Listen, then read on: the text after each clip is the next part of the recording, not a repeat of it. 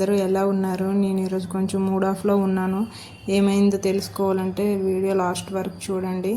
Night అంతా పడుకోలేదు, చాలా లేట్ అయిపోయింది పడుకునేటప్పటికి. ముందు రోజు జర్నీ చేస్తే 2 రోజుల వరకు నాకు ఇంకా ఆ జర్నీ ఎఫెక్ట్ అలానే ఉంటుంది. మార్నింగ్ అయితే లేవలేకపోయాను. పాపనైతే ముందైతే స్కూల్కి అయితే దేబెట్టేశాను. పాపని స్కూల్కి పంపించేశాక పనులు అయితే స్టార్ట్ చేశాను. వంట ఇవి క్యారీస్ ఇవి కట్టాలి కాబట్టి ఫాస్ట్గా అయితే గిన్నెలు ఇవి తోమేసి వంట అయితే కంప్లీట్ చేసుకున్నాను. కంప్లీట్ చేసుకున్న వెంటనే ఆకలి అయితే చాలా ఎక్కువగా ఉంది.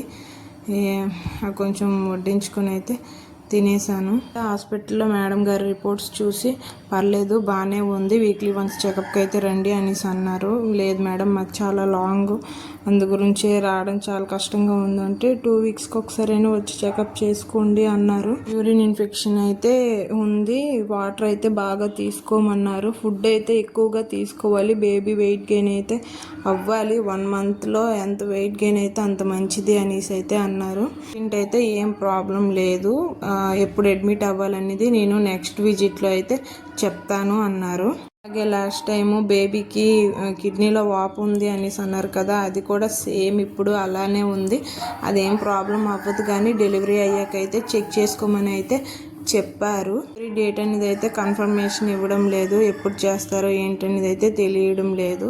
నెక్స్ట్ విజిట్లో ఏటనేది అయితే నేను చెప్తాను అనేసి అయితే మేడం గారు అయితే నువ్వు ఫుడ్ అయితే బాగా తీసుకోవాలి అని అయితే చెప్పారు. వాటర్ బాగా తీసుకోవాలి, యూరిన్ ఇన్ఫెక్షన్ అయితే ఉంది, అది లేకుండా అయితే చూసుకోమన్నారు అన్నాను కదా. నెక్స్ట్ వీడియోలో చెప్తాను.